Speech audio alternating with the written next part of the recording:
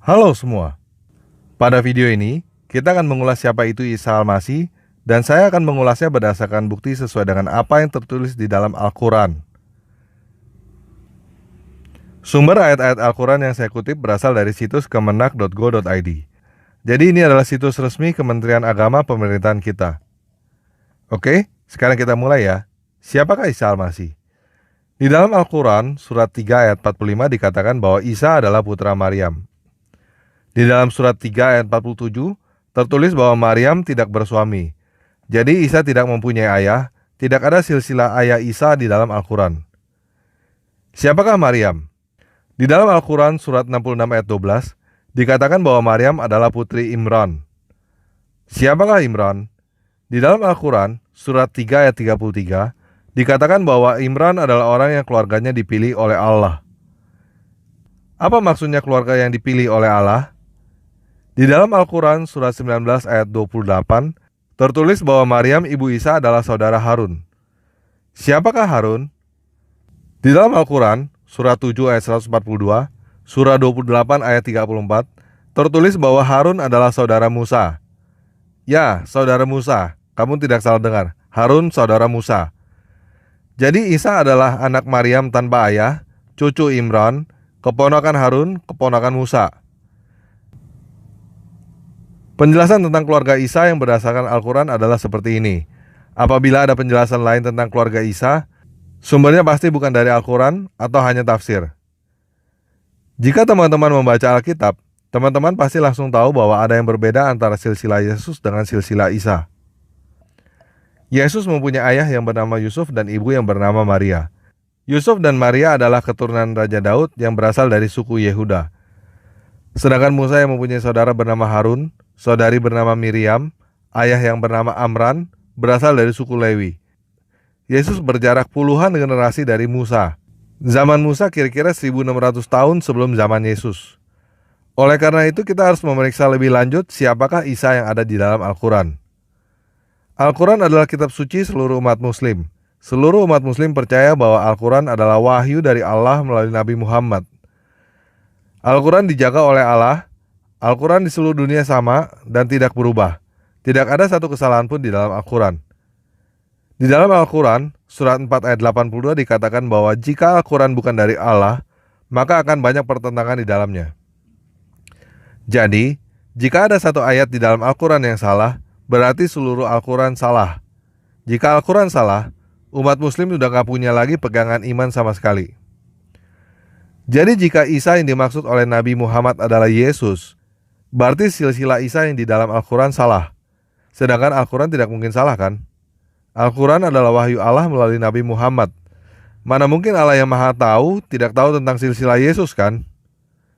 Jadi bagaimana cara mempertahankan silsilah ini supaya Al-Quran tidak salah? Jadi bagaimana cara membela Allah, Nabi Muhammad dan Al-Quran?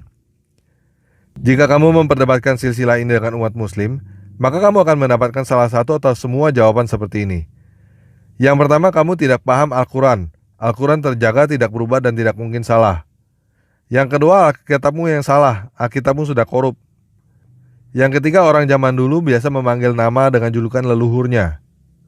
Yang keempat adalah kata saudara yang terdapat pada ayat yang mengatakan bahwa Harun saudara Maryam, maksudnya bukan saudara kandung. Yang kelima adalah ada dua Harun. Harun saudara Maryam yang di Al-Quran bukan orang yang sama dengan Harun saudara Musa. Pada video ini saya tidak mau berdebat tentang silsilah itu atau mengatakan bahwa Al-Quran salah. Bahkan di dalam video ini saya mau berkata kepada teman-teman yang Kristen bahwa kita yang salah. Kita orang Kristen yang salah. Kita tidak tahu siapa Isa, siapa Nabi Muhammad, dan siapa dewa yang bernama Allah ini. Mari kita teliti lebih lanjut. Kita buat perbandingan antara Isa yang ada di dalam Al-Quran dengan Yesus yang ada di dalam Alkitab. Pertama dari nama. Yang ada di Al-Quran namanya adalah Isa. Sedangkan Yesus di dalam Alkitab bahasa Arab disebut Yasu. Orang-orang Kristen di Arab menyebut Yesus Yasu, bukan Isa. Silakan teman-teman lihat perbedaan penulisan nama Isa dan nama Yasu di dalam bahasa Arab. Dari sisi keluarga sudah kita bahas bahwa Isa mempunyai ibu yang bernama Maryam, kakek yang bernama Imran, paman yang bernama Harun dan Musa.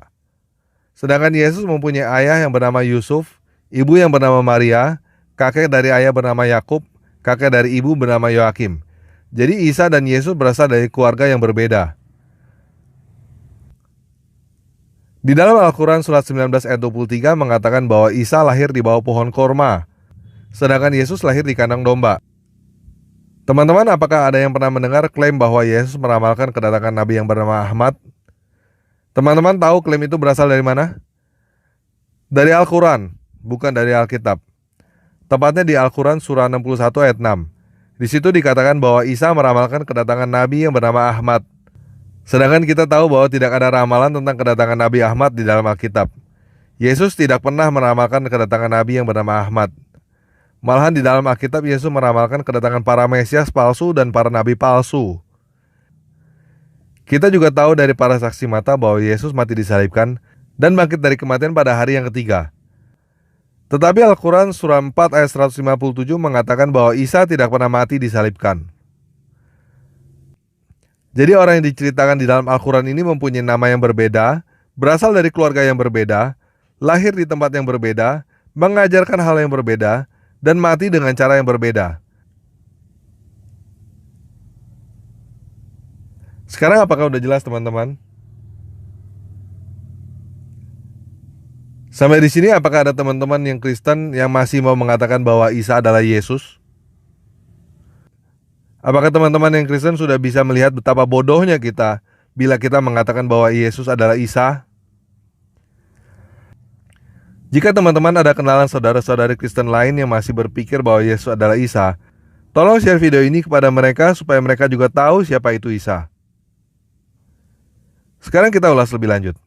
Dari manakah sumber cerita tentang Isa? Dari Al-Quran. Siapakah pengarang Al-Quran? Allah. Siapakah Allah? Kamus Besar Bahasa Indonesia mengatakan bahwa Allah adalah nama Tuhan di dalam bahasa Arab. Apakah dewa yang bernama Allah sama dengan dewa Yahweh yang ada di dalam Alkitab? Kalau kamu Kristen dan kamu tidak tahu siapa dewa Yahweh, maka kamu harus bertobat sekarang juga. Baca Alkitab, pelajari agamamu sungguh-sungguh. Shema Israel, Yahweh Elohenu, Yahweh Ehad. Dengar Israel, dengar orang Kristen, Yahweh itu dewamu, Yahweh itu satu. Dewa Yahweh adalah dewanya umat Yahudi sampai sekarang. Dewanya Musa yang ada di dalam Alkitab. Nama Yahweh adalah nama yang saking kudusnya, umat Yahudi tidak berani menyebut namanya secara langsung. Dulu mereka menyebutnya Adonai yang artinya penguasa, yang diterjemahkan dalam bahasa Indonesia menjadi Tuhan. Sekarang umat Yahudi menyebutnya Hashem, yang artinya nama itu. 39 kitab yang ada di dalam perjanjian lama berulang-ulang memperkenalkan siapakah dewa yang bernama Yahweh itu. Bagaimana dia berbeda dengan dewa lain. Dia berbeda dengan dewa Baal, dewa Molok, dewa Zeus, dewa Brahma, dewa Kankong, dan dewa-dewa yang lainnya. Yahweh adalah dewa yang hidup, dewa di atas segala dewata, dewa yang turun ke dunia dengan nama Yahweh menyelamatkan. Dia adalah Immanuel, dewa yang berada bersama kita. Yahweh adalah dewa yang menebusmu orang Kristen, yang mengasihi kamu sampai mati di kayu salib.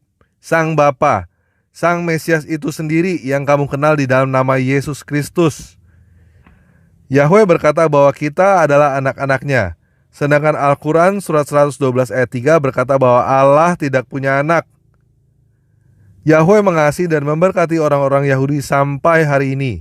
Dia tetap setia kepada janjinya. Sedangkan Al-Quran surat 7 ayat 166 sampai 167 berkata bahwa Allah membenci dan mengutuk orang-orang Yahudi sampai kiamat. Kita tahu bahwa Yahweh membenci perceraian dan melarang orang untuk menikah dengan orang yang diceraikan. Al-Quran surat 33 ayat 37 menyatakan bahwa Allah memerintahkan orang untuk bercerai dan memerintahkan orang untuk menikah dengan mantan istri anak angkatnya sendiri. Dewa Yahweh yang ada di Alkitab tidak pernah menipu. Sedangkan Al-Quran surat 3 ayat 54 menyatakan bahwa dewa Allah melakukan tipu daya. Udah jelas guys? Udah lihat? Apakah udah lihat dengan jelas seperti apa dewa yang bernama Allah itu? Apakah kamu masih mau berkata bahwa Allah adalah Bapamu, sedangkan dia sudah berkata bahwa dia nggak punya anak? Apakah kamu masih mau bernyanyi meninggikan nama Allah, padahal di dalam Al-Quran surat 9 ayat 5, Allah menyuruh orang untuk berperang melawanmu orang Kristen? Apakah teman-teman sudah mengerti bahwa menerjemahkan God menjadi Allah di dalam Alkitab adalah kesalahan fatal? Keluaran 23 ayat 13 berkata, "Kamu jangan memanggil nama dewa lain." Tetapi kita bukan hanya memanggil nama dewa lain, kita bahkan memasukkan nama dewa lain ke dalam Alkitab dan menyebutnya Bapa. Guys, sekarang saya mau share pandangan saya. Menurut saya kita harus mengakui kesalahan kita dan bertobat. Kita yang saya maksud adalah semua orang yang merasa dirinya Kristen, Katolik, Protestan, bahkan saksi Yehova sekalipun. Kita harus berhenti menyebut Allah sebagai Bapa kita. Karena Allah memang bukan Bapa kita. Allah gak punya anak. Saya sudah melakukan survei kenapa Alkitab kita menerjemahkan kata Elohim dan Theos. Kata God yang seharusnya diterjemahkan menjadi dewa, diterjemahkan menjadi Allah. Alasan menerjemahkan God menjadi Allah bukanlah karena hal itu adalah terjemahan yang benar, tetapi karena hal itu adalah kebiasaan kita. Kenapa kita terbiasa memanggil Allah? Karena kita membacanya di Alkitab. Kenapa para penerjemah menerjemahkannya dengan Allah? Karena kita terbiasa memanggil Allah. Kenapa kata Allah tidak diganti kalau para penerjemah tahu itu salah? Karena mengganti kata Allah ditolak oleh Dewan Gereja. Kenapa Dewan Gereja menolak mengganti kata Allah? Karena kita sudah terbiasa. Kenapa kita terbiasa? Karena kita membaca di Alkitab namanya adalah Allah. Jadi ini seperti lingkaran setan. Bad habit yang sudah kita lakukan selama 500 tahun. Sudah 500 tahun kita mengagungkan nama dewa yang menyuruh orang untuk menipu dan membinasakan kita. Sekarang saatnya kita berhenti untuk melakukan hal itu. Saya tahu bahwa hal ini sulit untuk dilakukan. Banyak pertanyaan dan perdebatan yang akan timbul. Tetapi saya sangat percaya bahwa hal ini adalah hal yang benar. Hal yang harus kita lakukan. Jadi apakah hal ini mudah untuk dilakukan? Jelas tidak. Tetapi bukankah ini artinya bertobat? Mengakui kesalahan kita dan berbalik dari kebiasaan-kebiasaan kita yang salah? Guys, saya mau melakukan sesuatu untuk memperbaiki hal ini. Saya sudah mulai dengan mendirikan openbiblika.com dan sudah mulai menerjemahkan ulang Alkitab dari bahasa asli ke bahasa Indonesia dengan judul Alkitab Tanpa Ragi. Saya tidak berusaha untuk mendirikan aliran Kristen yang baru atau pengajaran baru. Saya berusaha untuk menerjemahkan Alkitab secara profesional, sesuai dengan kamus bahasa Indonesia, dengan terjemahan yang tepat tanpa kebiasaan-kebiasaan buruk kita seperti menyebut nama dewa lain untuk mengganti nama dewa kita. Pada video ini saya mau mengajak teman-teman untuk mendukung apa yang saya lakukan. Hal ini bukan hal yang mudah bagi saya. Saya butuh dukungan teman-teman semua, walaupun denominasi kita berbeda. Teman-teman bisa mendukung apa yang saya lakukan dengan berbagai cara. Teman-teman bisa mulai dengan dukungan doa, dukungan tenaga, dukungan dana, dan lain sebagainya. Teman-teman juga sudah mendukung apa yang saya lakukan hanya dengan subscribe, like, dan share video ini. Supaya semakin banyak saudara-saudara seiman kita lainnya yang paham bahwa Isa bukanlah Yesus dan Allah bukanlah dewa kita. Sekian video kali ini. Bapa kita yang di langit, dewa yang kita kenal di dalam putranya yang tunggal Yesus Kristus penguasa kita, memberkati kita semua.